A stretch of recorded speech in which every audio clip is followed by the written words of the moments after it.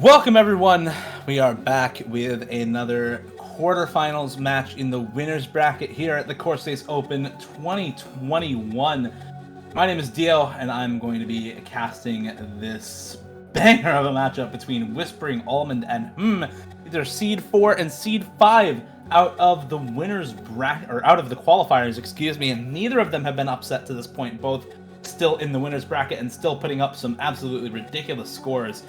Before we go ahead and talk about the teams themselves and the expectations that we have for the scores from these rosters, assuming that they have their full lineups here today, we're going to go ahead and go over some of the format changes. If you've been watching the Corsace Open up till now, you'll know that we've had a lot of best of 9 sets so far, where the first team to 5 points wins the match, but that changes in the quarterfinals round, and instead, you go to best of 7 sets, but instead of just one set deciding the entire match, we do a best of 3 sets, with each of those sets being a best of 7. In set 1, you see the pick and ban order on your screen there at the top. That top row shows all the different pick and ban orders for Team 1 and Team 2, and all of the picks and bans are, of course, locked in before any team plays any maps for the match. After the first set is over, however, we get a little bit of a format change. You see those 2 red squares off to the left? Those are called match bans. And those match bans are essentially bans that each team selects from the previous round that they already gave in the first set. They get permanently locked in for the rest of the match.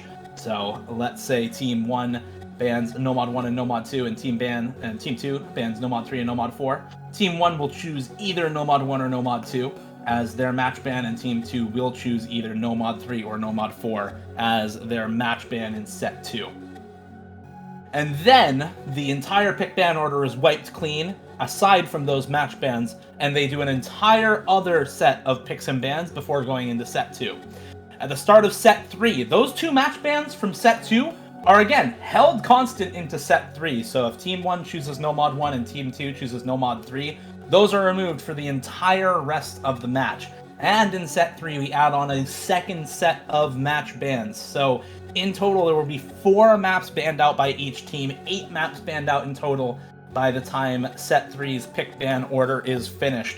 And if we get to a set 3, if we get to a tiebreaker set, that pick ban order will be reset once again in comparison to set 2, and teams will pick and ban, as you see on the screen, for a third time in the same match. We'll go ahead and talk a little bit about the 2 different teams that we have going up against each other now. Like I said, this is going to be a likely very close match on paper. We've got Whispering Almond versus here in the winner's bracket. Seed 4 versus Seed 5 out of qualifiers. And both of them have had relatively easy times getting to this point. Whispering Almond comprised of Eryu, Bowen, I'm a Fancy Lad, Badu, Bartek, Mathy, Azerite, and Kablaze. So a star-studded lineup there from multiple different countries for that roster. And then on the side of we have Fiery Rage, Emrek, White Cat, Dustis, Okinamo, Zudinator, Frankie, and Taquito. Both of those teams are honestly have some ridiculous lineups. But they've had slight preferences in comparison to one another. And you can see that reflected in some of the stats for both of these teams. Has done very, very well on No-Mod and Free Mod. The sort of base mechanics for that team are very, very strong. Their basic ability to play the game on sort of the most standard maps that you see in a tournament map pool is very, very high, and they have done very well on those sorts of picks throughout the tournament, picking very tricky maps in the no mod and free mod pool. Over on the side of Whispering Almond, however, the ability to play speed is also very, very high, but you can see that they've tended to prefer hidden a little bit more than Whispering Almond has some very, very strong hidden reading players and speed players on their roster. You think about players like Bowman, Bartek, Mathy, Kablaze, Eryu, all very, very strong speed players. But you also have, again, Eryu, I'm a Fancy Lad, Badu, Bartek again, all very, very strong hidden reading players as well on that team. So the sort of rosters for both of these teams lean ever so slightly in one direction or the other, with I think Whispering Almond, in terms of the raw mechanics, tending to favor the speed maps, tending to favor the tapping maps a bit more than and tending to favor the aim maps more than the tapping maps compared to Whispering Almond. And when you get two teams of this caliber faced off against each other, put up against each other on a pool like this in the quarterfinals, you're going to tend to see those slight preferences come out a bit. The difference is no longer who full combos a map, but who misses instead of full comboing. When you're talking about two of these teams with such incredible rosters, assuming that they have a full roster here, you're going to expect to see some very high scores come out of these teams.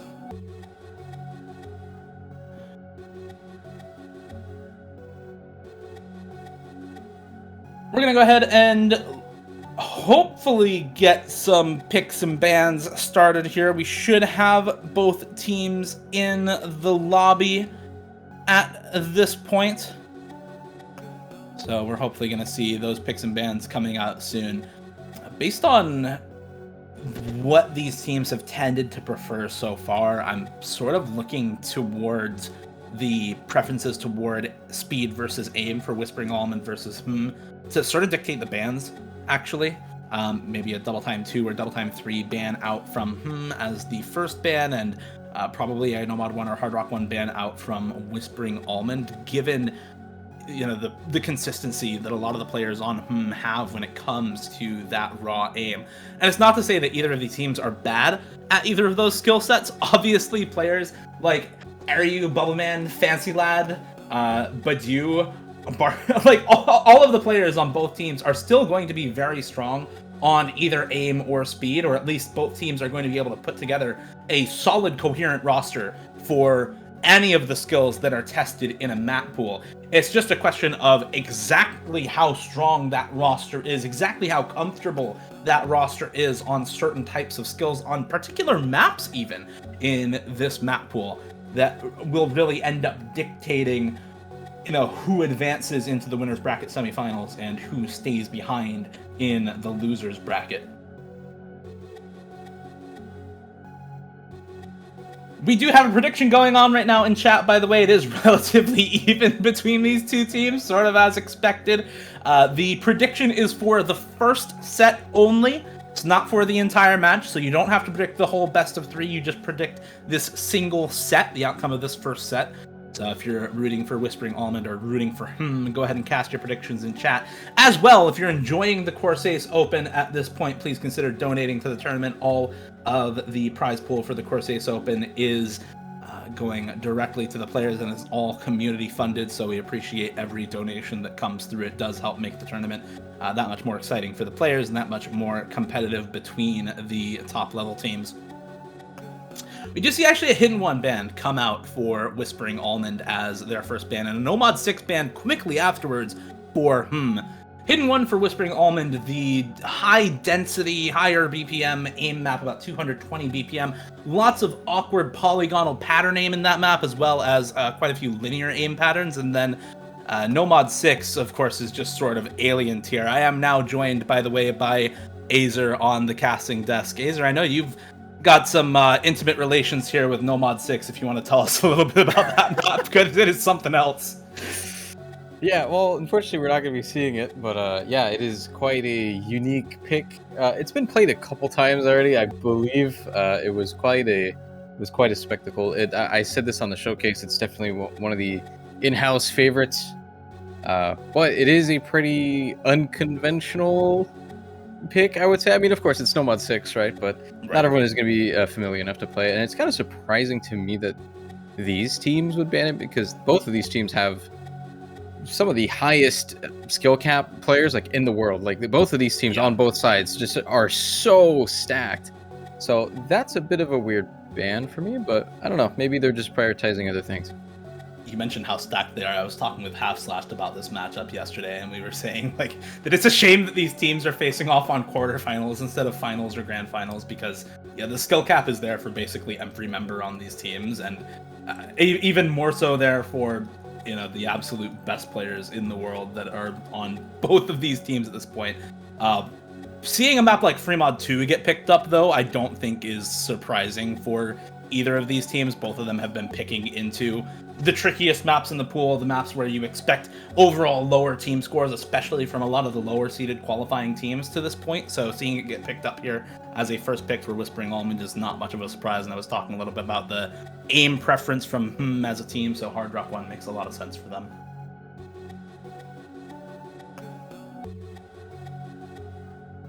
Yeah, Nomad 5 out of the way. Someone did point out earlier today that there's a weird pattern on that map. I wonder if that's why they banned it.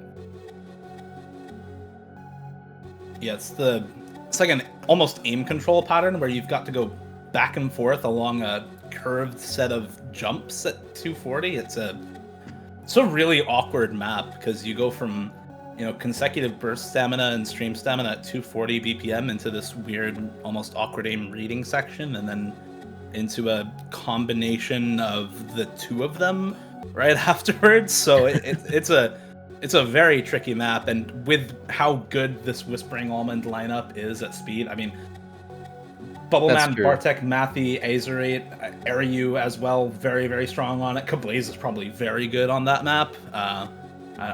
I'm not surprised that it gets banned out here.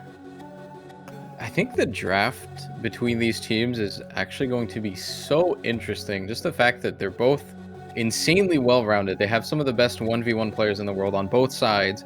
And we already know 1v1 players are very well-rounded. They'll be able to play everything, right? It's required if you are participating in those tournaments. And they're still finding ways to identify maybe their own team's weaknesses, or the strategy here is really hard to execute compared to most other matches where some teams are going to have some clearer weaknesses. I don't see a single one on either side here. These players are just so good, Yeah, they're good enough where I wouldn't even call them weaknesses. I would just call them preferences for each team, right? I think Whispering Almond has a lineup where almost anybody on that team, aside from maybe Badu, can play speed. So they have the ability to swap in whoever's comfortable on that particular speed map. Whereas there are a couple of players on the side of namely Fiery Rage and Zudinator, right? Where I would say, okay, these players definitely don't go in on speed maps. So they just have fewer players who are comfortable on that skill in general. And I think that tends to dictate what types of maps they prefer, if you're talking about raw mechanics, or if you're talking about, in the case of Hidden 2, things that are less conventional in the pool. There are a bunch of really, really strong Hidden players on the side of and so not only is Hidden 1 banned out by Whispering Almond, but now they've gone and picked up Hidden 2 for themselves, because players like Emrek, Whitecat, Dustis, Okinamo, Zudinator, Taquito exist on that team, and they're all going to be able to play it really, really well. Yeah, I'm particularly really looking forward to see what Zudinator and Taquito do on that map if we get to it. Actually, yeah, we do get to it no matter what. It's only the third pick, but yeah, that's going to be very interesting to me particularly. Yeah, notably Nomad 1 also banned out, by the way. After a Hard Rock 1 first pick, it just makes sense to ban out Nomad 1, and the team of when they have picked raw mechanics has pretty much only ever picked aim mechanics and not speed, and again, for good reason, despite the fact that they can put up a strong roster on it. It's definitely not their best skill set, and you can even see that in the difference between their stats at the bottom of the screen, right? The double time stats for Whispering Almond definitely far and away better. Yeah, I actually think it's not too uncommon for top level teams to just always ban out Nomad 1 though. All of the Nomad 1 and Hard Rock 1s. Hard Rock 1 actually, I guess, is picked this match, so I think they wanted to pick it before they got an opportunity to ban it, but those types of pure aim picks that can be a little bit random, you miss an object and suddenly your score is 400k lower. Just removing a lot of that uncertainty so you can play to your strengths, I think is a really common thing that people do in draft. Yeah, I agree, especially. I know both of these teams, even with the aim focus a little bit at this point from both of them have just banned out the sorts of aim consistency maps that you tend to see lower seeded teams pick against higher seeded teams. And yeah, DT4, DT2 get picked up by Whispering Almond. DT4 makes pretty good sense for this team. Like, this is absolutely a Bidou map, right? Yeah. Like, he just kind of crushes that one. But Double Time 2 kind of goes back to what we were talking about, where like 7 out of 8 members on that team can play 230 death streams, so just makes a lot of sense. Yeah, I'm very excited for this match, actually. The draft is all done now. Nomad 2 going to be the last pick. Also, kind of makes sense for that team. Like, when you look at the people on that team, you would definitely think of very strong Nomad 2 players. Dust Ice, Frankie.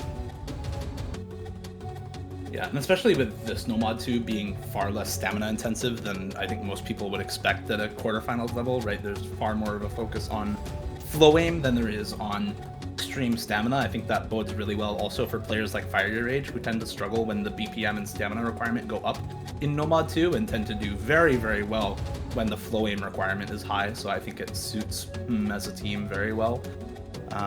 Both of these teams have clearly done their research. They clearly know exactly what they're good at and what to pick into the opposing team, as well as coming really well prepared with these bans. I do like the Nomad 5 ban a lot from him. I also think the Nomad 1 and Hidden 1 bans from Whispering Almond are very, very good against the other team. So I'm interested to see how this one goes. On paper, it looks like it should be very, very close, and the pick and ban strategy makes it seem like that as well. Let's get into the first pick, Fremont 2 here.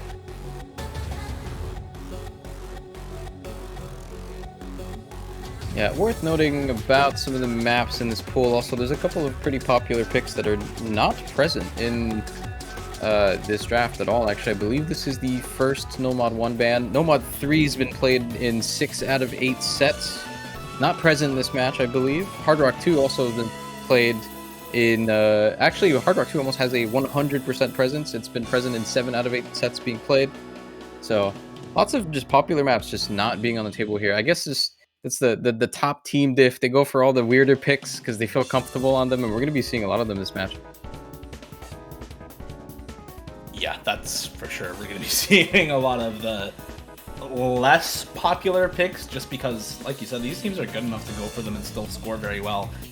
This one is a little bit of a tricky sort of map. It's got a lot of the flowing requirement that you would see in maps like Nomad 4 and Hard Rock 2 to a lesser degree, but then also adds in a bit more of a finger control requirement. So the accuracy on Hard Rock is an issue, the aim is an issue on both Hidden and Hard Rock, and if you are taking Hidden on something like this, it being only AR 9.2, for a lot of players that is still relatively combo dense in comparison to something like the AR 9.6 that you see on Fremont 1.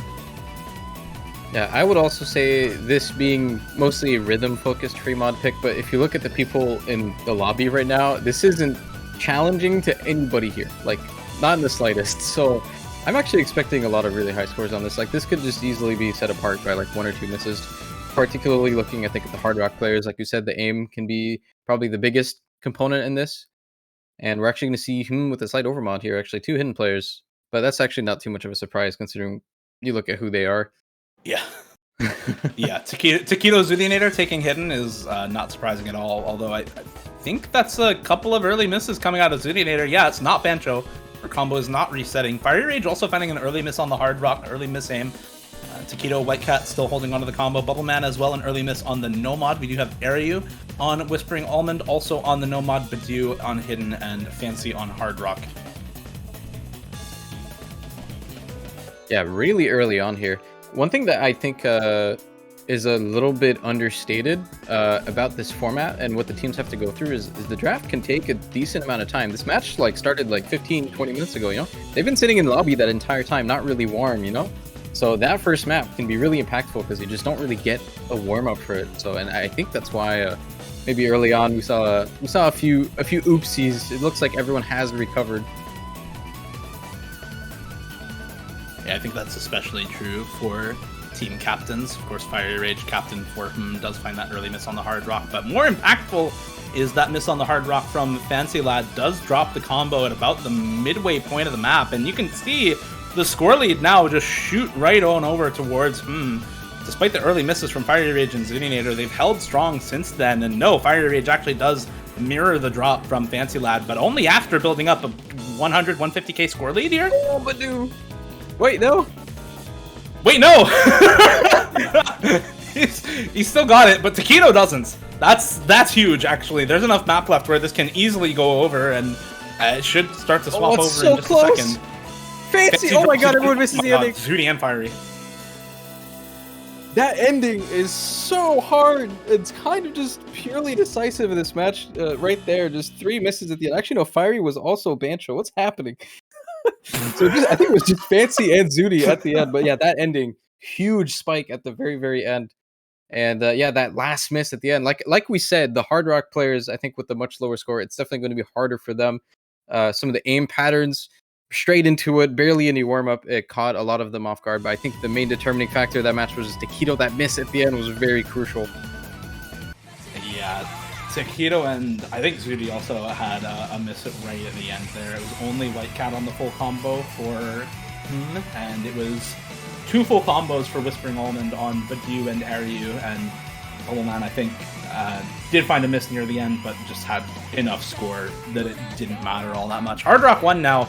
Very, very different sort of map. You mentioned that a lot of top teams tend to ban out maps like this, but is very confident on this sort of map. The raw aim consistency required for this, especially with the Hard Rock mod, I think their players tend to do very, very well on this. Yeah, so I still stand by that. I do think a lot of the top teams will always ban the Mod 1 Hard Rock 1.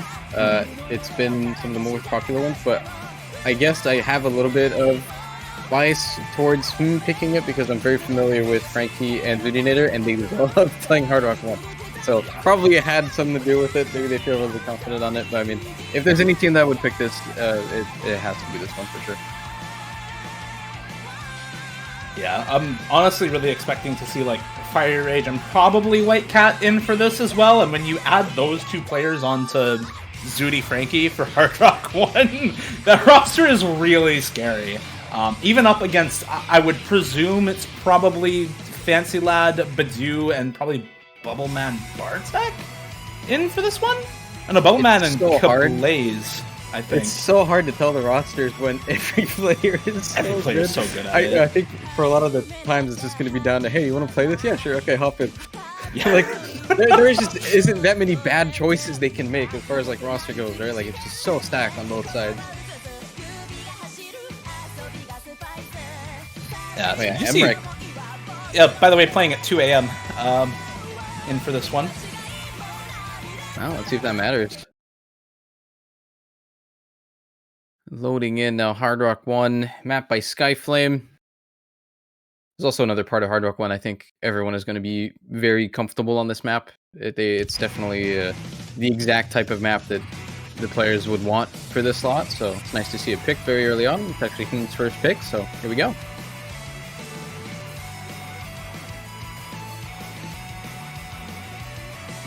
One thing to note about this map is that there is a non-trivial flow aim requirement on some of the streams, as opposed to where in No Mod 1 all of the streams are just almost perfect stacks. We do see both Emmerich and Bubbleman get slow slidered right at the start of the map as well, so trade of combos.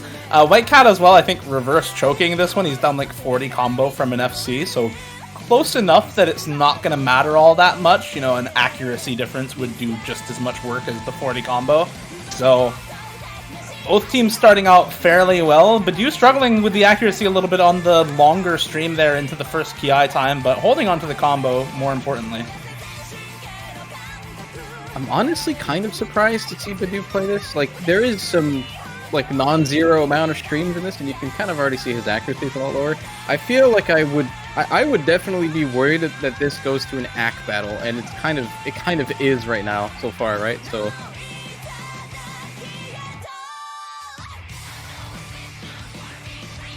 One thing to note is, even with Badu struggling with some of these streams, I don't know exactly what kind of troubles Emmerich is having, but his accuracy is down even lower at 96%. It's really the extra combo on one of the full combos versus White Cat score that is keeping it as close as it is, because Kablaze is also down at that 96% mark right now. So Bubbleman and Aryu with the high ACK plays for Whispering Almond, it's more important that they hold their combo.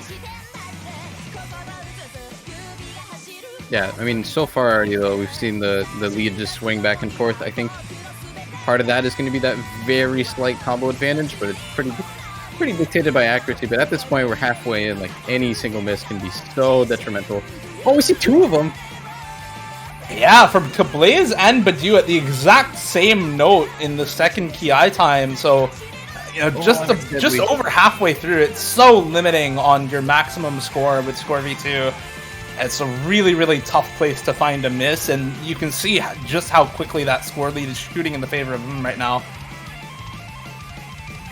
Ooh, a lot of drops on this section. Only 1 FC now on Bubble Man for Whispering Almond, but I think regardless, it's going to be it's looking pretty doomed. Emrek and Whitecat still holding on. Not a lot to go left, and even if they both miss, I don't even think Bubble Man has enough like room to bring it back.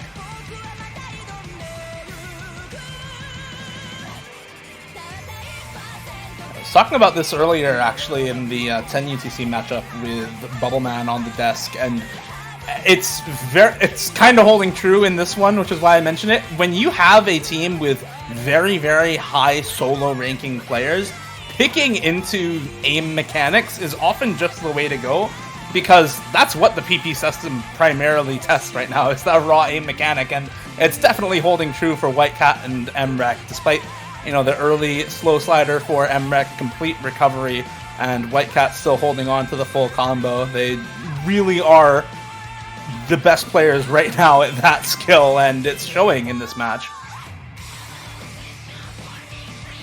Yeah, their first pick working out extremely well for them.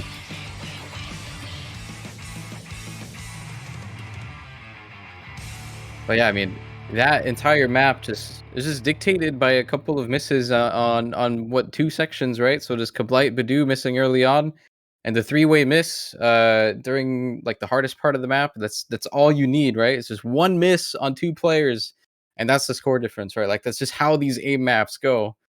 It's very hard to plan around, but it works out for him. Holding on to 2 combos on Emrek and Whitecat. Now for something completely different. Let's get into some Goldfish City. Yeah, we go from just basic aim consistency, sort of raw mechanics test on Hard Rock, into a, you know, halfway stamina, low aim, finger controlled, almost sort of density reading pick here in Hidden 2, where you've got lots of relatively long, just because they're consecutive streams at 200 BPM, plus a flow aim requirement, plus some finger control in this map at the same time. But with the hidden roster that you have on the side of him, I don't think this pick is out of place whatsoever. Yeah, again, on both sides, there are just so many star names to just look at for this pick. It's hard to just point any given player in particular.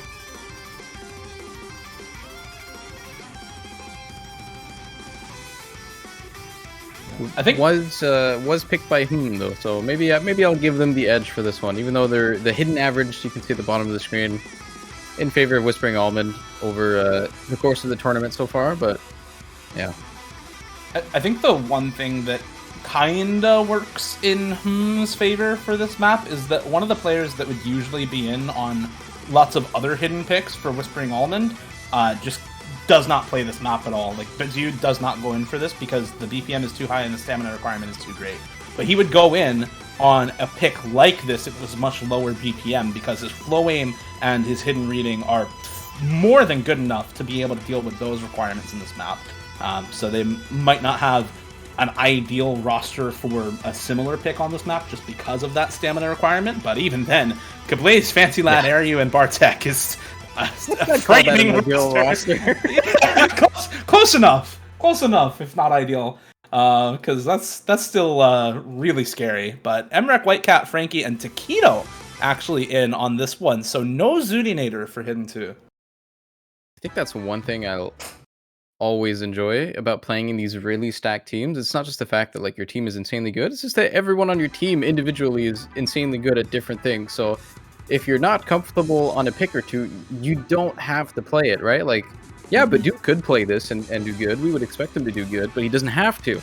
So I think it's always nice to be able to play to people's strengths and not allow your weaknesses to be exploited, right? So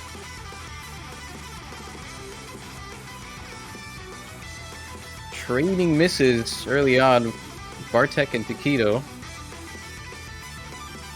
This is definitely that kind of map where we're going to be seeing a lot of these random misses here and there, or maybe not, but if we are seeing any, it's definitely just going to be a little bit peppered throughout the map. There isn't really like any particular diff spike on this, just a lot of aim control for these streams required.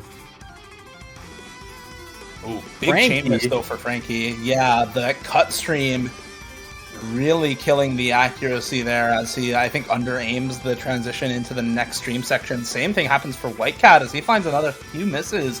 And now it's only Emrek with a full combo for compared to 3 FCs for Kablaze, Fancy, and Air. You make that 2 just for Fancy and Airyu as Kablaze drops right as I call out the score. But Emrek gets slow slidered? What? Okay. All right, that one wasn't that slow, to be fair. Well, yeah, fair enough. It was a pretty fast slow slider. But yeah, that's collapse, right, for Like, now there are 2 full combos, or at least 1, as Fancy drops now. 1 full combo left up for Airyu, but no real response combo for Bartek is matching Taquito's combo, and yeah, there's supporting scores, but it's 300k plus right now in the favor of Whispering Almond. Yeah, this roster is working really well right now for Whispering Almond. Oh, couple misses. Okay, it's still just Airyu. No, that's going to be it. 300k lead Airyu with an FC. I was going to say, this roster is really well for them right now. Like, Airyu came in pretty late. Looked like they weren't sure who they're going to play. Looks like they made the right call. Airyu with the only FC. 99.37. That's pretty crazy for this map as well. Yeah, that's a very, very strong score from Airyu. Notably, Taquito choked that with 3 100s on a 2 misplay. So if those misses don't happen at the beginning of the map, there's so much more score that goes over to Taquito and likely makes that either very close or a win by itself. So really unfortunate miss for Taquito. But Whispering Almond with just that much more consistent of a roster on the map able to come out on top. And now they get a break point going into the next 2 picks in a row, which are both theirs. They have the chance to easily close this out if they can just win their own picks. Yeah, and I mean, you can see at the bottom too, Whispering Almond, if there's ever an advantage you could attribute to this team, it's got to be their DT average, right? Just look at the difference. It's pretty significant. Lots of good players on both sides, although this isn't exactly a conventional DT pick. This is more of like I mean, you can kind of hear the song. It's very, very slow. It's more old style. You're going to see a lot of interesting players on this. I'm just immediately thinking of like Badu, Bubble Man, Airyu maybe. Bartek for Whispering Almond. Lots of good players for this. Yeah, usually when you think of DT, you think of speed. That's definitely not the case here. Like we mentioned earlier, this is definitely 100% a Badu map. I expect him to see him go in for this pick.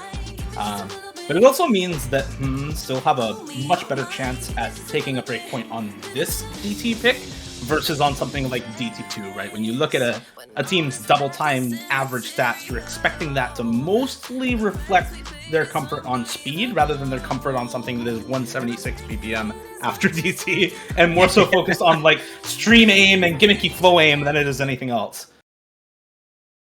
Yeah, I would say this is all about the aim control. Lots of pretty weird old style patterns that they look pretty innocent, but have a decent amount of aim control. Like some pretty weird angles that you have to adjust to.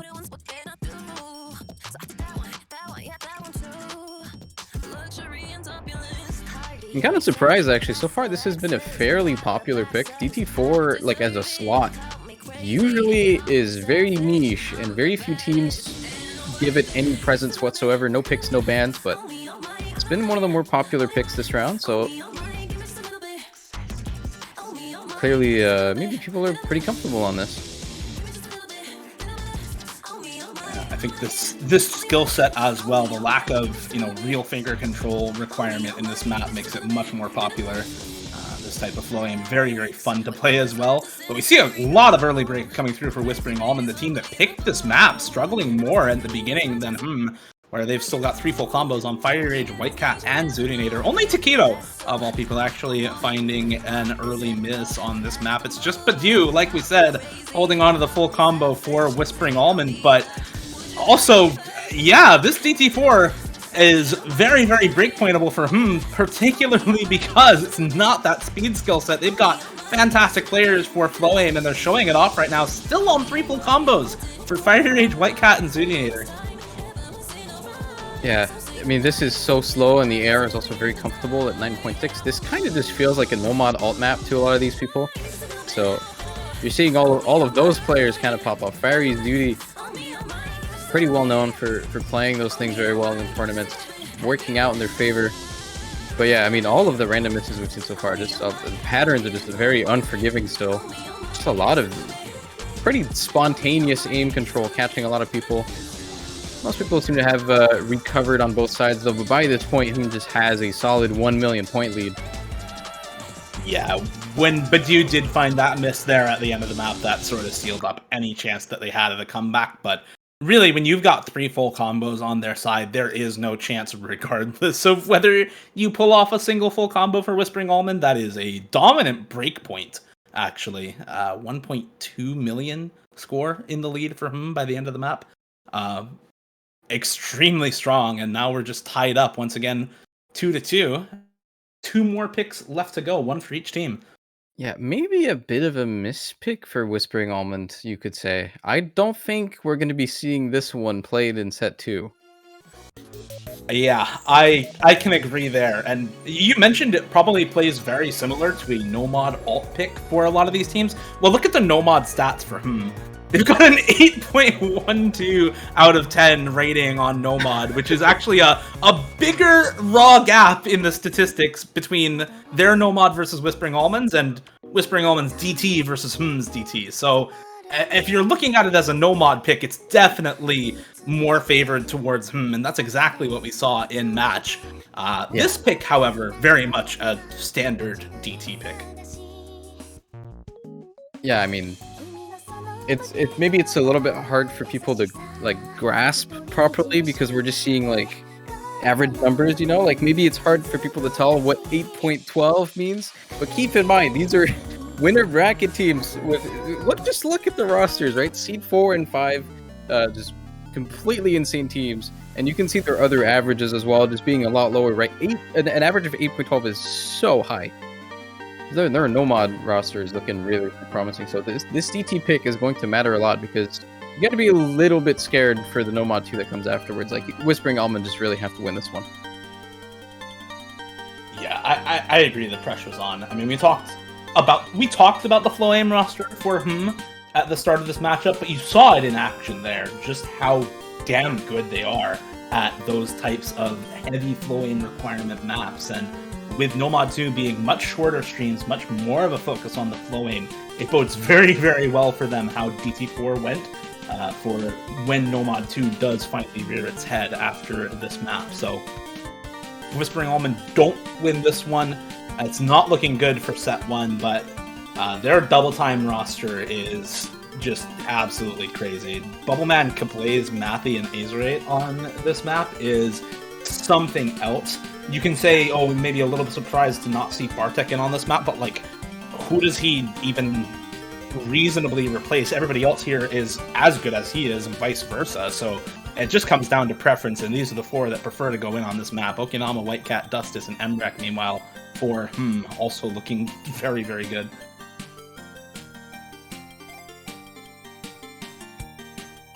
I'm particularly excited to see No-Mod 2 after this too, because in our internal testing, it wasn't really that hard, but we saw the 2 top-seeded teams played earlier and get like 300 Ks, right? I'm wondering if that was just a fluke or like, this map's actually just really hard. But we gotta play DT2 first. It's not very long. It's actually a very short pick. It's under 2 minutes.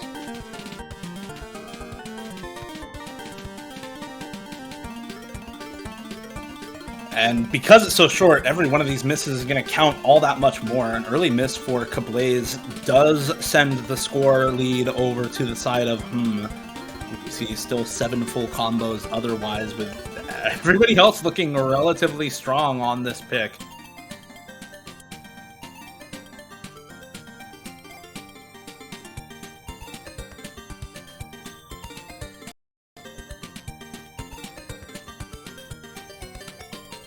no other combo breaks outside of Kablaze's early miss on this, so any miss at this point really does matter quite a lot. It's only a 100k-ish score lead right now. Even accuracy drops, significant ones, can play a role in sending the score over to one side or the other. And there goes Emrek's combo. That's huge. Now Kablaze with a essentially 500 combo lead for the side of Whispering Almond. That might do it. That might just do it, honestly. Yeah. Map's pretty much at the end. Oh, wait, Azerite? Azerite. No, it's not enough. Whispering Almond at the very end is off the back of the Emrek mistake. That's really close, though. That's insanely close, around 50k for that, and they really needed to win that. I think this might be a tiebreaker set already.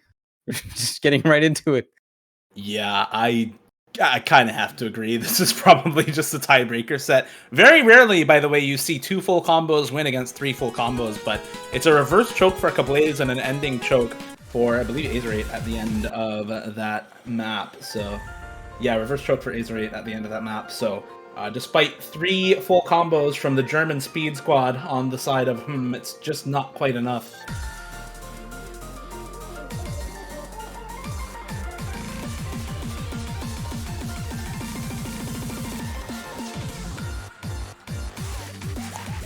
And now, we've been talking about this map quite a lot. It is Nomad 2, the last pick for in this matchup. We've already seen what this Floam roster from is able to do on something like Double Time 4. Granted, that is lower BPM. But White Cat, Zuninator, Fire Rage, all full comboing that one. All very, very strong Floam stream players. Taquito as well, putting up 700k on the map, so still higher score than either Airy or Fancy Lad on Double Time 4. And, they're likely to have a very similar roster for something like this. Yes, it's 202 BPM instead of 176, but overall, the requirements to play this map well are very similar because there's much less of a stamina requirement.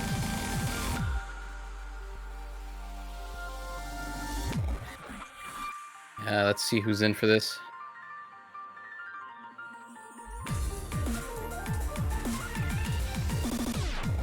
Okay. That's actually really interesting. That's almost a completely different roster for Only White Cat is in for both Nomad 2 and Double Time 4. Okinamo, Emrek, and Frankie all completely different from their previous roster. Yeah, I mean, this does play a little bit differently. I would say there's definitely way more aim in this that you would expect for Nomad 2 pick, I would say. I'm just curious to see what the scores are looking like.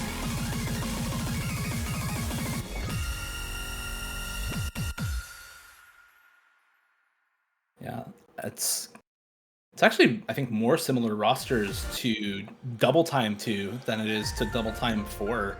You've got only Frankie subbing in for Dustis on the side of and you've got only Airyu subbing in for Azerite on the side of Whispering Almond. So almost identical rosters to Double Time 2, just one swap for each side.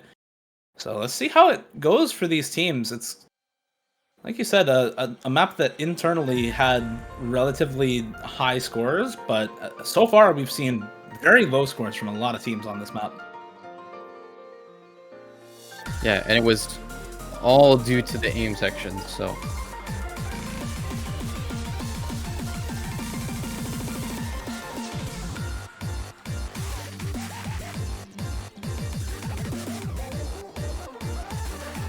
Okay. Are you going to catch the first miss? Pretty early on, though.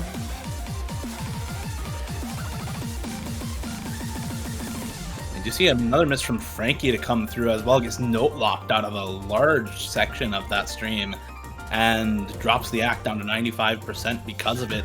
Still 3 full combos on both teams aside from those breaks for Airyu and Frankie, so that's really where all of the score difference is coming from right now.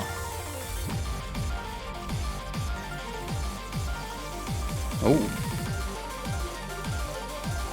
Actually, several slider breaks for Matthew during that section, and everybody else able to hold on to the combos, including Airyu and Frankie, able to keep theirs together. So Full combo advantage over to slight supporting combo advantage for Ryu over Frankie. Getting into the last third of the map now, as Okinamo actually trades the full combo right back over to Whispering Almond, so it's two full combos to two. Matthew drops again. It's just the combo advantage for Ryu that exists right now for Whispering Almond. Okinamo with about a 75 combo over Matthew as well. Kablaze drops at the very end, or Kablate drops at the very end. And I think that's gonna just about lock it in. We've still got two full combos for White Cat and Emrek. Once again, actually White Cat dropping now too. I think it's no way, just right? over though. No, they hold on. Oh my god, that was gonna be really close. Whew. Okay. Okay. All right. Well, Emrek with a 600 full combo, doing enough for his team. Bubble Man on the other side, though. Look at that score. Bubble Man is so cracked when it comes to stream maps, man. The dude's just he's nuts when it comes to stream maps, and unfortunately for him, it's not quite enough to avoid this tiebreaker, but fortunately for him, Emrek is able to hold on to that full combo and force out a tiebreaker in the very first set of this match. This is, I think, exactly the matchup that we were hoping for when we saw these two teams come through. Oh, yeah. Is high scores on every map, both teams pretty much evenly matched, and we get tiebreaker right out of the gate. It's a fantastic start to this one. Yeah, I think one thing that was noteworthy about all the maps that have been played so far is that neither team really like dominated on their picks, you know? Like every single pick, regardless of who picked it, was pretty close, came out of the wire, like exactly what you'd expect. This is like any single mistake just is so impactful in this match when everyone is so good and the pools for these players are relatively still easy, right? We're in quarterfinals, right? Where this is like realistically a matchup you can expect in the grand finals, maybe, right? Like it's insane how everything matters, and so we're going to be seeing this tiebreaker for the first time, maybe not the last one. Yeah, this is it's a cool map. Literally, it's a cool map. It's mapped by cool, but it's also a really interesting sort of pick for a tiebreaker. You get a sort of mix of the sorts of, you know, aim and stream consistency that you see in a lot of typical tiebreakers, but you also get quite a lot of difficulty because of slider aim requirements and finger control requirements that you would usually expect to see in like tech maps in a normal no-mod map pool. So this one does have a really interesting mix of skill sets that you don't normally see in a tiebreaker, and because we haven't even seen either of these teams play anything remotely similar in this match, I just have no idea how to predict this one. You've got two super high-level rosters. Every map has been incredibly close, but I'm just excited to see the map get played. Yeah, one thing that's a little bit noteworthy too is, I mean, you can kind of tell by the song, it does sound a little bit techy, maybe a little bit more along the sides of drum and bass, right? But the map might give you the impression that it feels that way, but honestly, there's a lot of elements for everything here, except maybe just not too much speed, which we don't really get to see in tiebreakers until a little bit later in the pool. But I think that's going to be reflected in the people that come in to play this. A lot of the more tech familiar players, I think, are going to be in for this. Yeah, I'm sort of expecting like you said, the more tech familiar players to be in for this. I think it's odd, actually, that we don't see Fancy Lad in for this on the side of Whispering Almond, although Kablite, Badu, Ryu, Bowman, all still a very, very strong roster. Fiery Zudi, Emrek, and White Cat in for, I think also makes a lot of sense, but I am a little surprised to not see Taquito in at the same time. So two American players, both very, very strong traditionally on tech maps, at least, you know, players you expect to win tech picks in 1-versus-1 matchups are not in on this map, so it's a little interesting to see how these rosters play out. Yeah, also another thing that surprises me about Taquito not playing is that he would probably play with Hidden, right? It's literally just free points. Yep. It's free points for him, so maybe he should be in, but I mean, we'll see. Emrek and White Cat have been very solid so far this match, kind of expected of players of that caliber, right? But they've definitely shown up. Let's see if they do on this tiebreaker still. And as expected, Zudi with the hidden. Yep. Yeah, there's a few players who do that. Taquito's one of them. Zudi's one of them. Arnold is one of them. Frequently in lower stages wins tiebreakers just because of the hidden mod multiplier. So it is basically a free score if you prefer that mod over no mod. Early break for Bubbleman, by the way. Just sort of misaims on a random burst. I don't think it's going to matter all that much given how long the map is. Tiebreaker is over 5 minutes. Quite a lot of combo in this one, so it shouldn't matter all that much. It is a slight early score lead over to but nothing to write home about. There is plenty of other places in this map to break. I think we'll take a moment to explain this while it's early in the map and pretty much everyone is holding on to their SSs almost.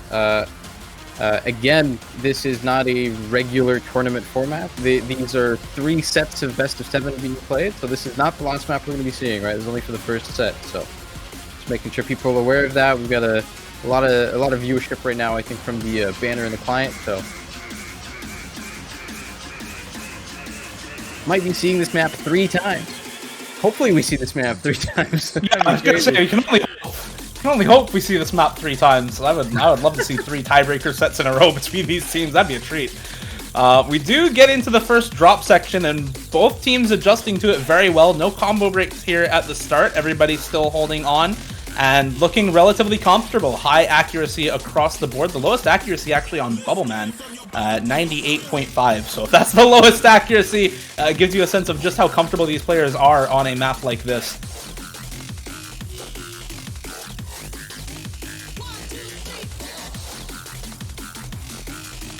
Oh.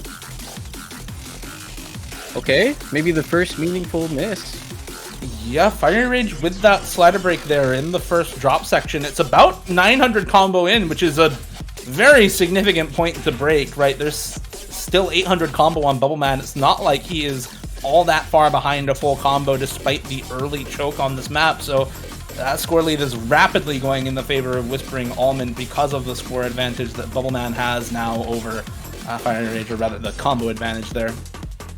We do still have that hidden multiplier giving some extra score to Zudinator's score, but now Emrek also drops the full combo, and that is really massive. It's only White Cat and Zudinator for, and it's still 3 full combos plus a 1k on Bubbleman for Whispering Almond. Yeah, I think the map does change up a little bit here. What? The slow slider. Oh, 4 full combos drop from that, but it's Badu and Bubbleman, namely, who hold on through the slow slider. That's really huge for them, and absolutely massive that Zudinator and White Cat both drop on it, because those high combos, those FCs, were way back into the tiebreaker. Now that they're gone, Badu and Bubbleman just have free reign over this map. The longer they combo, the bigger the score lead, and there's really nothing that can do about it. Yeah, I mean, Badu and Bubbleman perhaps to practice the tiebreaker. Maybe they got a lucky sight read there, but yeah, the slow slider. People were talking about it in chat, and there it is. It's impactful.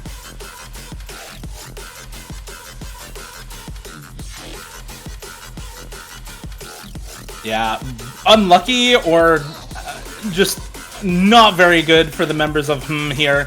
Zudinator and White Cat finding another couple of breaks. Fire Rage finding a miss there as well, and I think that just about seals it up. It should be Whispering Almond finishing out the first set and getting a 1-0 set advantage in this best of 3. Like Azer said, just a reminder, we still have at least 1 more set to go after this between these 2 teams. The first team to win at least 2 best of 7s against the other team is the one that's going to advance into the winner's bracket semifinals, come out victorious in this matchup. So don't go anywhere after this map is over. We're going to have a whole nother best of 7 coming your way. Okay, but Badu, though, yeah, he's everyone else missed on the exact same section again. Badu and Bubbleman still going on Bubbleman. That early miss, man. The reverse choke. I think it's pretty much over, right? Like, these are pretty crazy tiebreaker scores. Yeah, Badu full comboing this with 99 accuracy is a little nutty, I have to say. Like, man, that's a... You know, you talk about, hey, all of these players are really consistent, really high-level players who can absolutely pull off a full combo like this in match. Keyword is can. That doesn't always happen, but Badu, That's the reason why you put this guy on a team when it matters on these sorts of maps. He is absolutely almost the peak of consistency for this sort of skill set, and he is part of the reason that Whispering Almond come out 1-0 after the first set. Yeah, look at all the scores though. The miscounts are really low. Pretty much everyone in the lobby, I think except like Emmerich and Fiery Rage, just got their misses on 2 parts. Look at their combos; they're all the same. All of their Yeah. combos, like their max combos, are literally 6 combo apart. Like it's all the exact same section. The slow slider in the middle, and then the like that swing section at the end that was more about aim. Like everyone started missing there. Now they've experienced that map. Like I don't know if everyone was actually sight reading there. Like it's just a safe assumption, right? But like they've played it now. These are going to be really scary if there's another tiebreaker being played. Like they should remember those sections, right? And like all of those people had 99 plays with like 1 or 2 misses or like 1 or 2 slider breaks. Might be really interesting. Yeah, if this does get played a second time around in set 2, it is going to be really interesting to watch. While we are in the middle here, we want to go over the format changes once again. The match is not over. We are only done with set 1 out of potentially 3 different sets. This is a best of 3 sets, with each set being a best of 7. As we move into set 2, each team is going to select one of their bands from the previous set to permanently remove from the match. Those are called match bands. You can see those extra 2 little red squares off to the left on the second row on your screen right now. After that, we're going to do a whole nother new pick ban set here, or a pick ban order for set 2, and then we'll get started with the second set. As well, if you're enjoying the Corsace Open 2021, we are funding the tournament entirely through donations for the prize pool. So if you are enjoying this, you're enjoying the stakes that these players are competing for, go ahead and consider donating to the tournament. In any case, thank you all for watching. We're going to be moving into set 2 in just a minute. Yeah, giving the players about a 5-minute break, so we'll be back soon.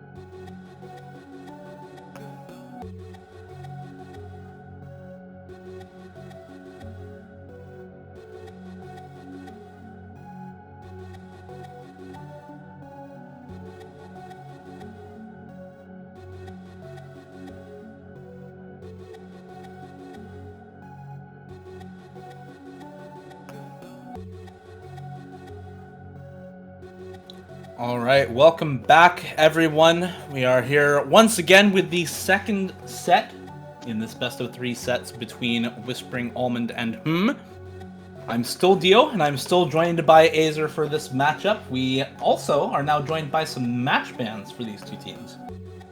Yeah, and again, match bans cannot be new bans, right? They're just repeats of the previous ones, so no mod 6 gone. I'm expecting a no mod 1 to be also their repeated match ban after how Hard Rock 1 went.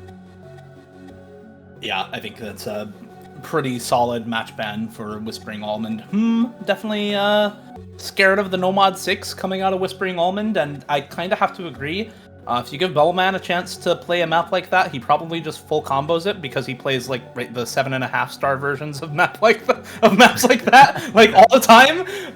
So it's not like he is unfamiliar with those sorts of maps, and you just expect very low average team scores on a map like that. So I think banning it out against a player who almost certainly full combos with high AC is a very good idea.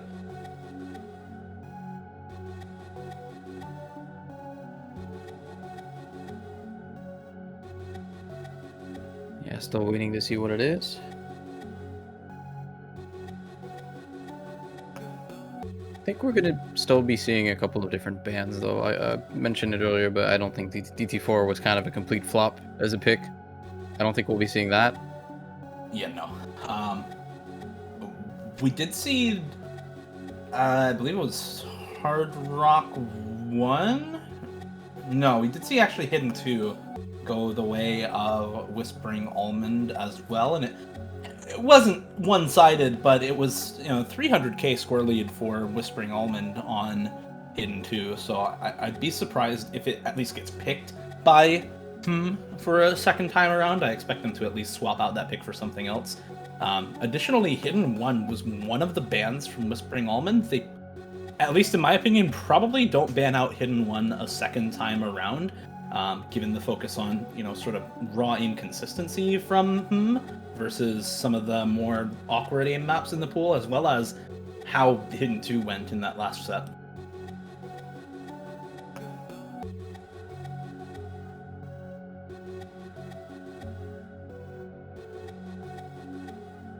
But regardless, still just waiting on this first match ban from Whispering Almond. They have the choice of either Hidden 1 or No Mod 1 for their match ban. We're thinking about probably No Mod 1, especially given how the Hidden pool went, given the lack of focus on some of the more awkward aim maps from this side of Team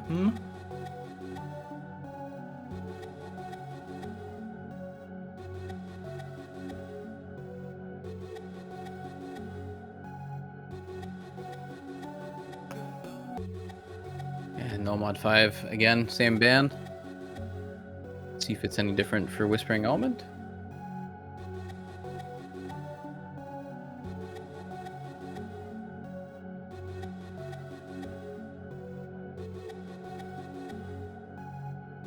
I'm almost expecting DT4 as a ban from Whispering Almond, but no, it's actually going to be Hard Rock 1 as a first ban. I feel like at this point, if you're you just pick Double Time 4, because you won it by such a wide margin when it was last played. I mean, it was a completely dominant pick.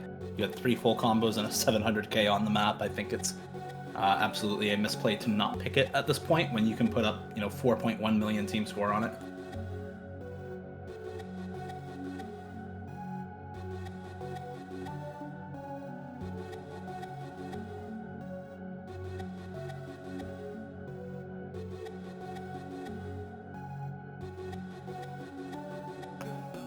Regardless, just waiting on the first pick to come through for They do also have Hard Rock 1 still left up and open. They did win that map as well in the first set by about 500k, so still a relatively strong scoreline for on Hard Rock 1. It's definitely also an option for them, and it was their first pick last time around. They're actually going to first pick Hidden 1 this time. So that was previously banned out. And excuse me, they don't have access to Hard Rock 1, but they're going to pick Hidden 1 instead, which was banned out in the last set by Whispering Almond. So just taking the map that was previously banned and going for that one instead and saying, okay, well, if you're not comfortable on this, let's go for it. Yeah, I think that's where the sets come in, you know, like the adaptability that it offers you. Just being able to redo draft 3 times essentially, right? You can adapt. Something didn't work, you know, you change it. Uh, you can always just abuse your previous your opponent's previous bans if they don't pick it. We're going to be seeing Hidden One, which is also a map that people have been saying was pretty difficult for this round. Definitely one of the hardest maps in the pool. And it's going to be followed up by the low AR hidden. So just straight up hidden this match so far. Yeah, this is a very, very different draft from what we saw first time around, where it was, you know, free mod and hard rock and a single hidden map in Hidden 2 that got picked up. So the one hidden map that did get played is now not yet seen after we have gotten 2 picks in already and not banned out either.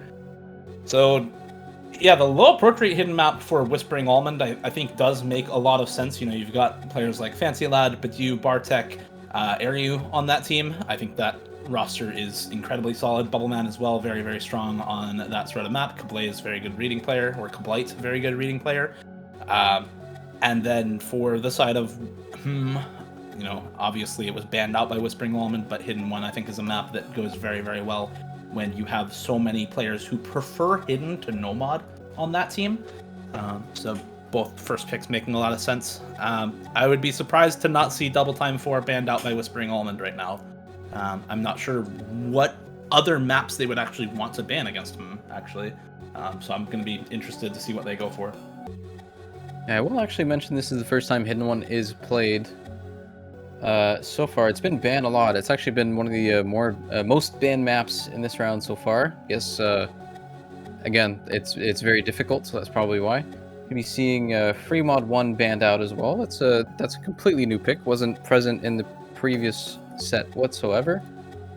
I will also say though, I really like the low AR hidden pick from Whispering Almond. Like now that you look at the rosters properly, if there's ever like maybe one thing that you could attribute to them as an advantage, it would be low AR hidden. Like you said, the names on that team are people that are just very well known to be literally the best in the world at that stuff, right? So yeah, not to say that him can't play those, but when you look at those players, you would definitely attribute them to different skill sets.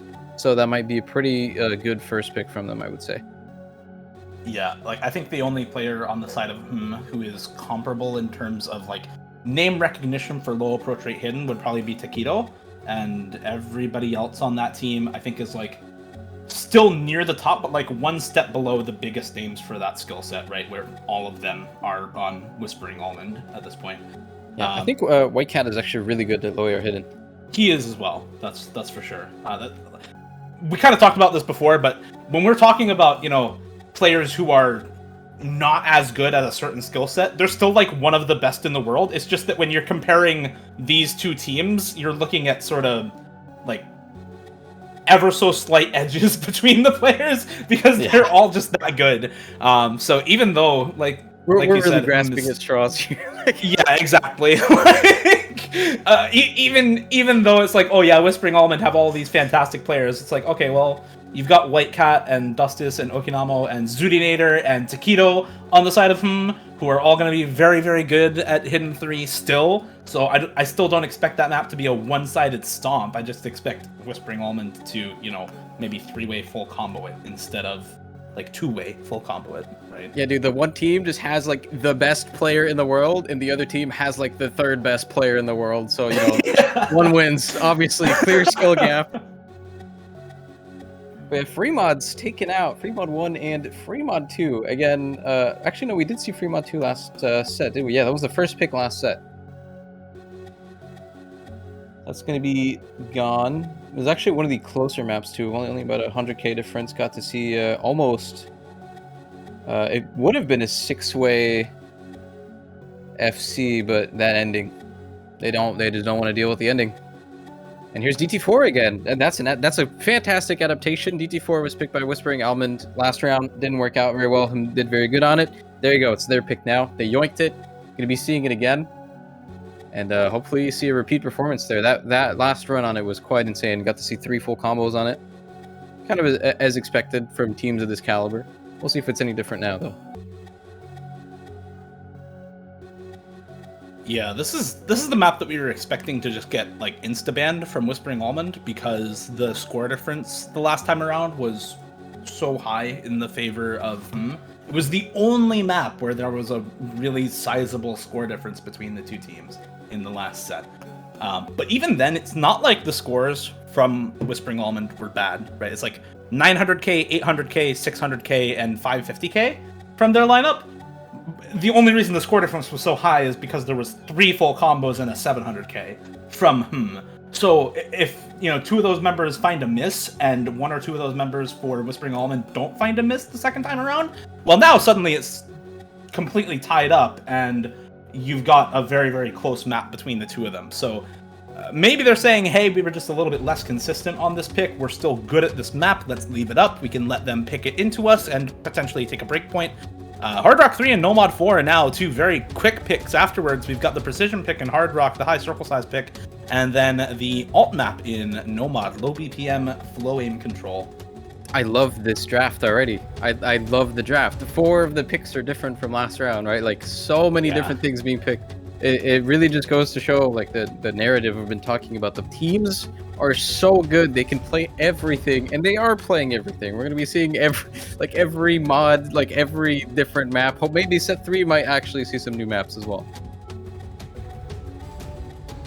I hope if so. we get to it, actually, come to think about it. It's not guaranteed, but I mean, it's not guaranteed, but for my part, I want to see win just so that we get to a set 3, right? Just so that we can get a third set between these 2 teams. We're gonna start off with Hidden One. This is a map that, like you said, this is the first time we've seen it all weekend, not just in this matchup. So, very new pick for everybody here on stream. Lots of really tricky, awkward aim patterns, very high density as well. This map is only AR 9.3 and at 220 BPM. That does tend to be a relatively high combo density for most players. Lots of polygonal pattern aim and linear jump patterns in this map. It's a really, really tricky sort of pick to get right. Yeah, we were actually having a brief discussion when people were talking about how hard this map can be. I would say this is definitely harder than intended, I guess, because of the density, right? I believe it was Half/2 who pointed out that a lot of the players who started playing a longer time ago, when high BPM, lower AR was way more common, don't really get to see that this is a density map at all, right? Like, this feels very comfortable, but most of the newer players are going to be used. Like you said, it's 220 BPM, right? You don't see that combination very often for this type of map, and it's not like a low AR pick or anything. It's not intended to be. It's just an awkward aim pick. And the aim is pretty major, especially for that approach rate. A lot of actually full screen like patterns that are just full screens apart. A lot of aim control required in this. On paper is one of the hardest picks, but again, I mean, you look at the names and that might not be immediately obvious that this pick is any hard. Yeah, if there's any 2 sets of teams that are gonna play this and just put up some ridiculous scores on it, it's definitely these 2 sets of teams. You're looking at the hidden players from Whispering Almond, Badu, Bartek, Fancy Lad, and Bubbleman on this team. A little bit of a crazy roster, but Taquito, Emrex, Zudinator, and Whitecat, that roster is why picked this map first this time around. So this is definitely something that both teams are going to be relatively comfortable on, but you can't forget that Whispering Almond actually banned this map in the first set, so maybe some trepidation about letting this one stay open in the first set. Maybe just not as comfortable as they'd like to be on a map like this. An early miss for Whitecat does come through on the side of so an early combo lead for Whispering Almond. Not going to matter all that much. This map, 8-star, is the title for this song. That's how it's meant to be said. Is still relatively actually short, 2 minutes and 9 seconds on this one. But these combo breaks from Bartek and Fancy Lad are going to matter a lot more. Yeah. You're already seeing like some of the uncomfortable patterns. Like, everyone has like 99 or very close to 99. Like, 2 people are still holding on to SSs, right? But it's just that, the moment you just drop on some of these awkward jumps, it's all over, right? So pretty high pressure, and it's really close. The Whitecat finding another miss might swing it back around, but right now it's pretty much dead even. There's a little bit of combo advantage for Taquito over I'm a Fancy Lad, but then you've got Bartek's combo lead over Whitecat, so Overall combo advantage slightly in the favor of Whispering Almond. You've got 2 full combos for Badu and Bubbleman versus Zudinator and Emrek. And man, this is just super close. Any combo breaks at this point really sort of swing the map one way or the other. And hopefully for him, the combo breaks do come through for Whispering Almond. And there's one of them, Bubbleman with a miss-aim. And now Zudinator actually following it right up. Fancy Lad also dropping the combo. Bartek and Whitecat dropping right afterwards. It's Emrek and Badu holding onto the full combos with Taquito. The supporting score for him making the difference right now, pulling the score lead back over to their side ever so slightly. And he misses as well. It's like 50k, less than 50k apart right now. His misses keep coming through for both sides. Holy, it's just barely on the side of him by the end of the map. Those extra misses for everybody, keeping it so close. But it's the full combo from Emrek. Okay. That delivered so hard. Oh my god, Rap God Dio, take some water, man. That was crazy. But dude, though, the 300s, a lot of like really high accuracies on everyone. Zudi as well with the 103 misses. Like that, it's just that type of map. Like the patterns are gonna get you. You don't know when, but they're gonna get you. They got just about everybody. That's for sure. That delivered really hard. And after that, we're going to some low AR hidden. I guess they got a little bit of warm up with the density on that pick. I suppose so. Because yeah, it is only Badu and Emrek who hold on. So like 2 really, really renowned raw aim skill players, especially with hidden for both of them, able to hold on to the combos there. And now we're getting low approach rate hidden. So like you said, still the increased density from the higher approach rate, or from the, lower approach rate this time around rather than higher BPM.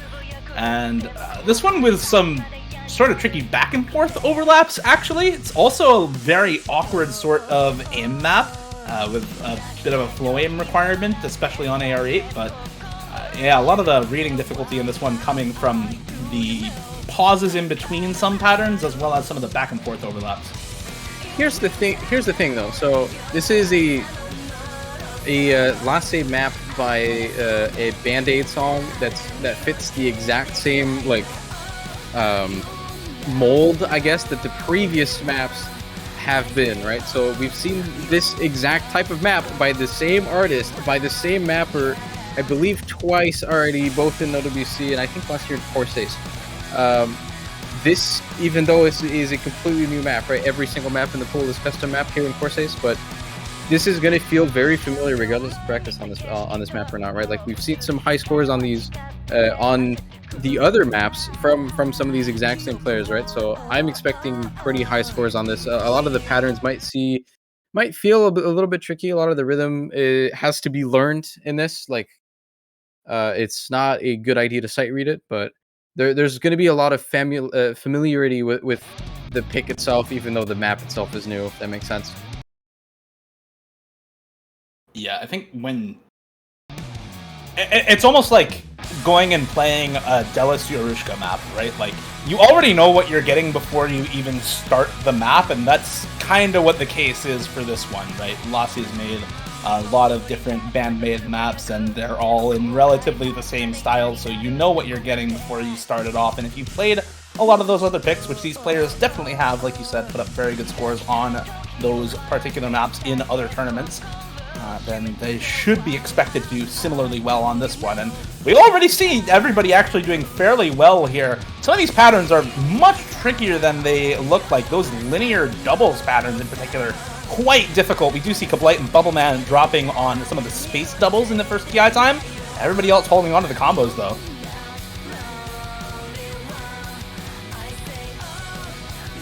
Yeah, you can kind of see the act differences between all of the players as well, like the people that are very comfortable on this Bartek, notably in Fiery Rage, holding the only 99s, but it's not going to guarantee anything. Fiery Rage finds a miss.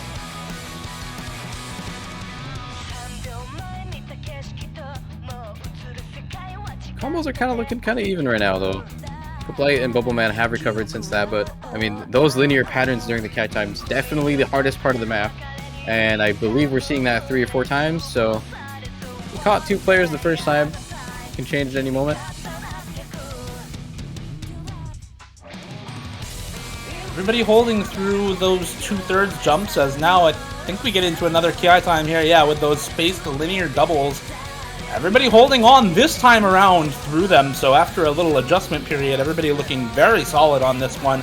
And like you said, the combos are basically dead even right now. The score lead is sort of budging a little bit back and forth, but staying right in place. The extra full combo for him is now actually going to start doing a lot of work. Bubbleman, I think, over-tapping maybe? Yeah, in that section, I'm not sure what else you do. But, man, that hurts to see for Whispering Almond. It's definitely not over yet, though. There's another cat time at the end. It's just as hard. Actually, I believe it's even harder than all of the previous ones. So, here we go. One last hard section here. We do see a miss come out for Taquito and for Fiery Rage now. Bartek, however, dropping the full combo on the side of Whispering Almond. It's Zudinator and Whitecat with the full combos for and only Badu with the FC for Whispering Almond. Kablite as well, a very high supporting combo. So any miss from either of those full combos for Zudi or Whitecat can make the difference. And there goes Zudi. Kablite, however, dropped at the same time. It's now Bubbleman holding on through the hardest part of the map despite the earlier drops with a combo advantage for Whispering Almond. There goes Whitecat. It's Badu. Once again, this dude keeps on holding on to the combo on his exact specialty maps, and it pays dividends for Whispering Almond. Right at the end, the very last hard section catches like 5 people. Badu and Bubbleman, the only people holding on, and they bring it back at the very end, right when they needed it. And there you go. Badu with the wonderful play there, 600s. And again, you'd expect him to do great on a pick like this, and he shows up when it's needed, for sure. Yeah, I'd even call showing up an understatement. 6 times 100s, 1 times 50 full combo. I mean, the highest act on the side of was Fire Rage with 1200s and 150. Like that is a hell of a score from Badu. He is really popping off on the maps where he gets put in, right? Like he's one of those players where you don't put him in on every map, but that's part of his strength, is that he's so good at the maps that he does go in for that you can still put him on one of these super teams that is contesting for a tournament win, and he pulls his weight because he does stuff like that. Yeah, in a team where everyone is just so well-rounded, somehow they find the place to fit like a specialist like him, and pays out pretty well. We're going to be seeing Free Mod 2 again. We did see, I thought this was banned last time. I guess there was a little bit of confusion. It was Free Mod 3 that was banned. So we did see this as a first pick last round. It was very close, right at 100k difference. Expecting to see 3 mods again from Fiery Rage on Hard Rock probably. And of course, Taquito Zudinator on Hidden. Yeah, assuming they keep the same roster again, that's certainly expected. I don't see why Whispering Almond would change their roster, right? They won it last time around. If anything, maybe they try to find somebody else to take Hard Rock so that Fancy Lad can combo through and get a higher score. But if anything, I think Hard Rock is just the hardest way to play this map, so you just expect a lower score out of that team member. Yeah, this map is essentially just determined by 2 things. The Hard Rock players, because this map is definitely an aim challenge on Hard Rock, very significant. And the ending for everyone. The ending is a massive difficulty spike. We saw, let me count how many. We saw 4 of the 6 full combos last round going into the ending, broke at the ending. It's going to, there's a chance that it can flip some things around. But yeah, mostly just determined by Hard Rock players, I would say. Map is pretty straightforward for everyone else, even on Hidden. Yeah.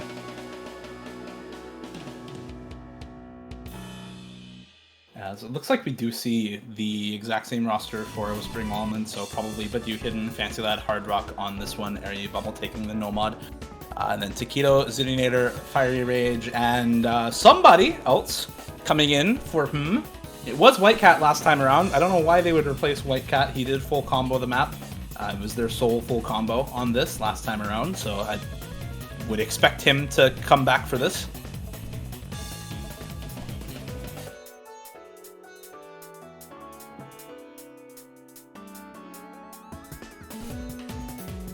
Okay, did confirm that he's going to be back. So yeah, the exact same rosters. It's kind of expected. The scores were really high. But again, though, I think pretty much purely looking at Fancy Lad and Fiery Rage for the Hard Rocks here. It's where things are going to matter.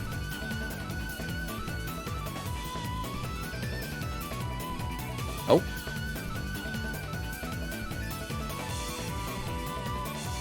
Oh, okay. Oh, okay. I guess there's the versatility of the roster's coming in handy. So Badu having some issues with his game. So Kabite coming in.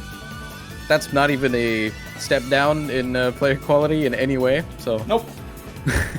Nope. Like you said, it's just all right. Somebody else can go in for this instead, and Kabite just gonna take Hidden here, and I don't really expect her to have much trouble with the map at all. So yeah, let's see how this one goes this time around. Maybe it does make a difference, and actually comes out on top if they can put up a similar team score as last time. Notably, it's Taquito, Hard Rock, Fiery Rage, no mods. So a change in mods for compared to last time around. We do see Zoodinator still taking Hidden. Bubbleman with an early miss on the no mod. Taquito with an early miss on Hard Rock. Sort of expected that the Hard Rock player does have some trouble on this. We've said it a couple times, but Hard Rock is probably the most difficult way to play this map. The aim and finger control requirements go way up when you put on Hard Rock, and Taquito notably having a little bit of difficulty with the map because of that.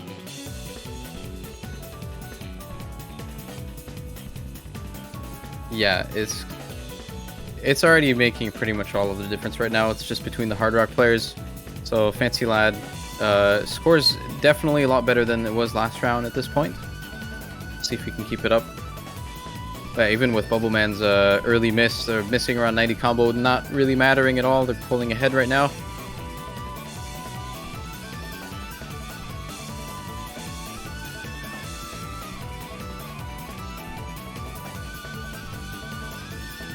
We do see a miss come out from White Cat, actually, on the no mod. Now, it's matched by Fancy Lad on the Hard Rock, but still two full combos, it looks like, for both teams. Fiery Rage and Zooty still holding on for Ariu and Kablite holding for Whispering Almond. Bubbleman, a slight combo lead over Taquito right now, who has recovered very well on the Hard Rock, and I think that's just going to be enough. We did see, you're right, like 12 people miss on this last time. Only one! That's surprising. Only one. It is going to be enough. It's almost 300k in the favor of Whispering Almond this time around. Really nicely done from them. That is two full combos, I think? Okay, reverse choke from Kablite, but close enough. And an 800k from Bubbleman. Fancy significantly improving the Hard Rock score compared to last time. It's still relatively close, right, from the difference is in White Cat with the slider break, more towards the middle of the map versus Bubbleman with the reverse choke, I think, at the start of the map. So really well done from Whispering Almond.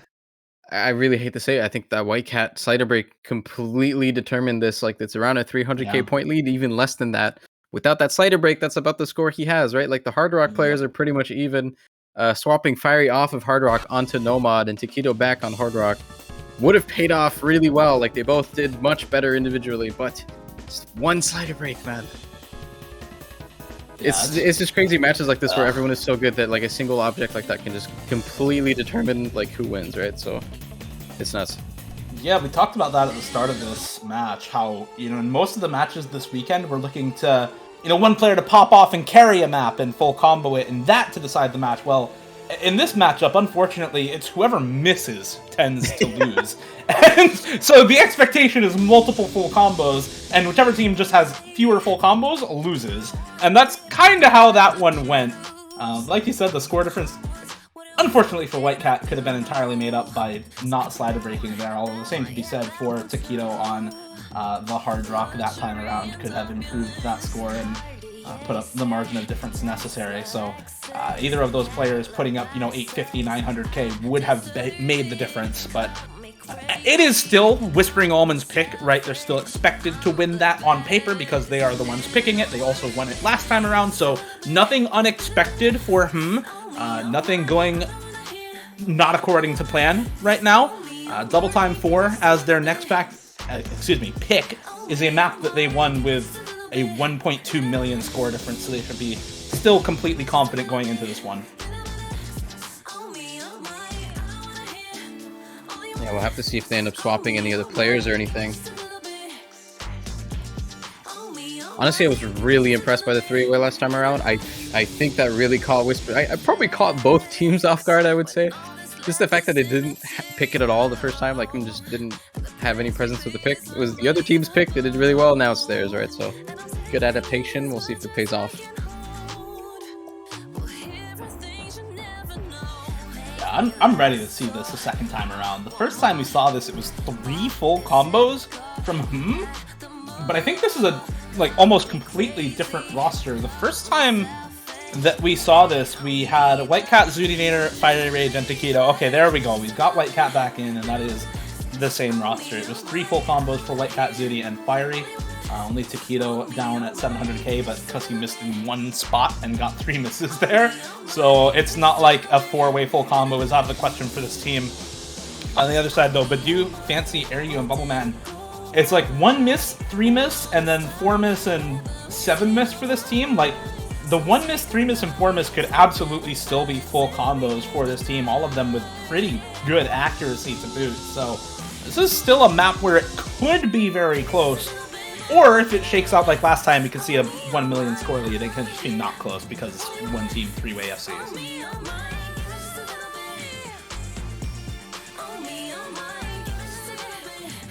Here we go.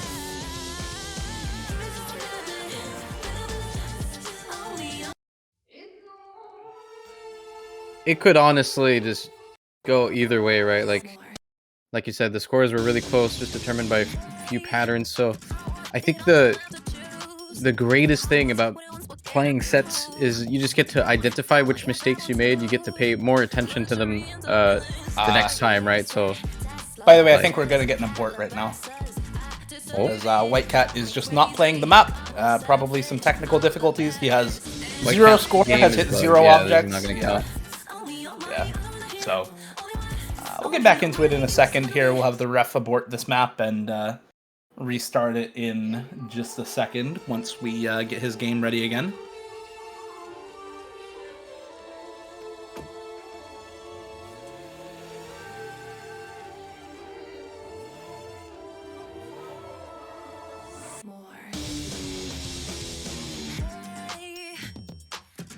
Yeah, this is going to be replayed again. Unfortunate.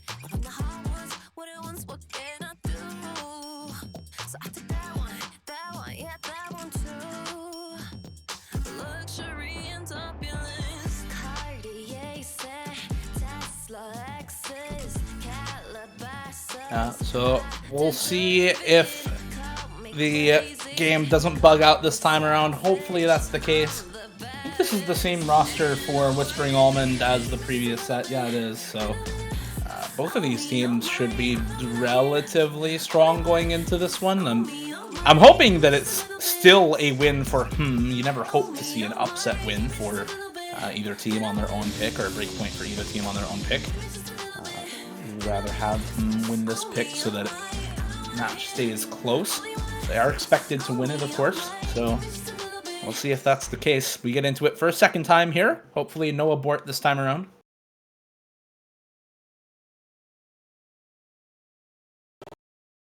All right, is he playing? Yes. All right. No issues this time.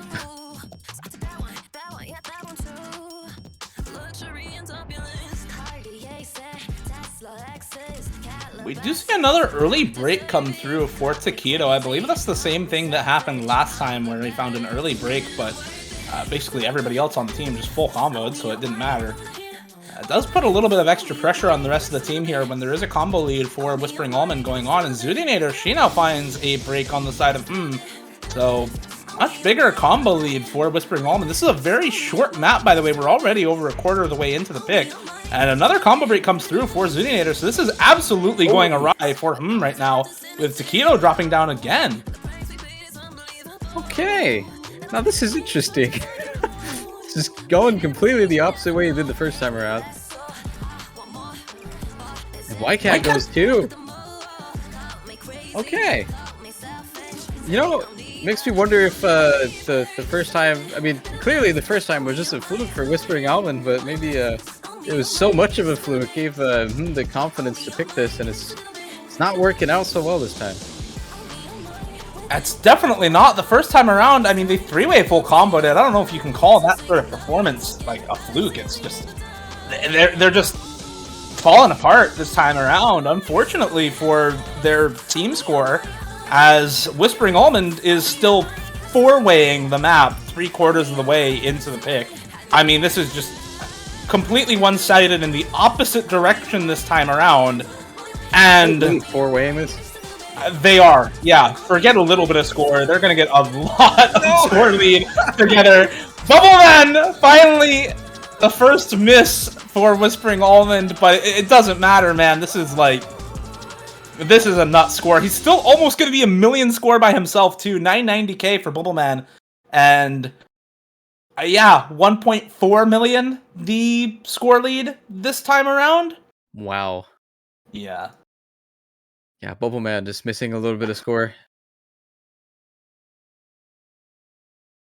Well, this match has a very different landscape now. Whispering Almond actually 3-1. We haven't seen that before, I believe. It was mostly just equal the first set, and now they're looking at match point already.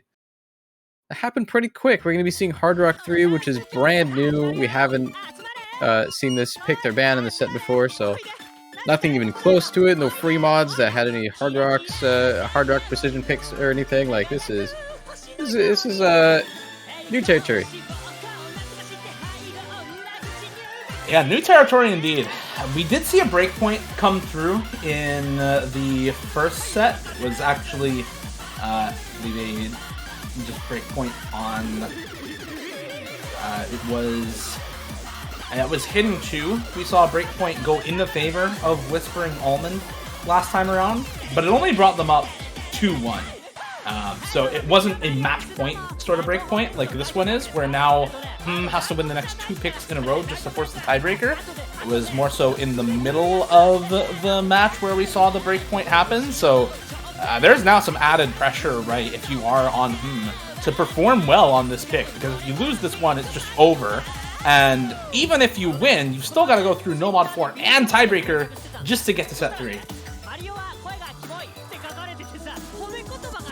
I don't know. I don't really put them. I don't really put it past them to do it though. Like, I mean, I definitely don't. But both of these maps are essentially just gambles, right? Like, I don't think they play to either team's strengths. They're both new. There's no precedent. And even the tiebreaker last time was pretty close, so you never know.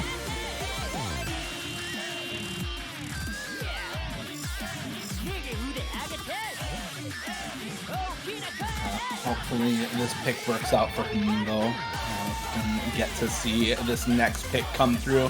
Spadew, Fancy Lad, Kablite, and Bubbleman in for Whispering Almond. Whitecat, Fiery Rage, Zudinator, and Frankie in for this precision pick. It's mapped by Raging Maigo and is sort of almost a little consistency focused, but there's so many points in the song where you get a lot of doubles and finger control built in that it does still play a little different from what you would usually think of in terms of consistency. But yeah, high circle size is the name of the game here. If you are able to proficiently aim CS 6.5, you're not going to have a ton of trouble with this pick. Yeah, some nice, good old, somewhat grid mapping.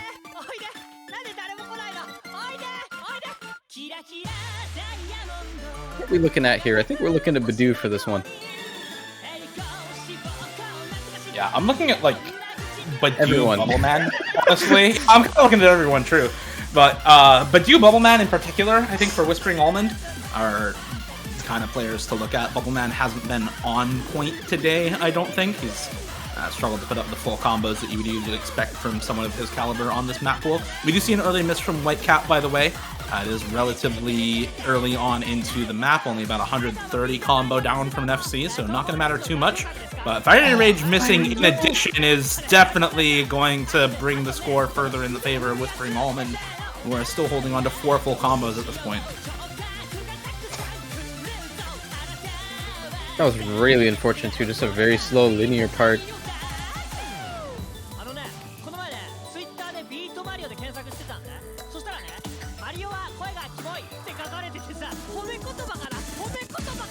I'm pretty sure Badoo's only hundreds were at the very beginning, and he's just been assessing for the last minute. Yeah, that's. I think that's what's going on there. We do see another break from Whitecap, by the way, who is definitely not assessing like Badoo. We do see Kablaze finally drop a miss for the side of Whispering Almond. It's still 2 full combos on the side of him. Okay, in the favor of Whispering Almond at this point. And you really are going to be hard-pressed to see them come back in this unless there are multiple combo drops for the full comboing players. Yeah, 500k is just a little bit too much, and it keeps going up here. More breaks at the end. And there it is.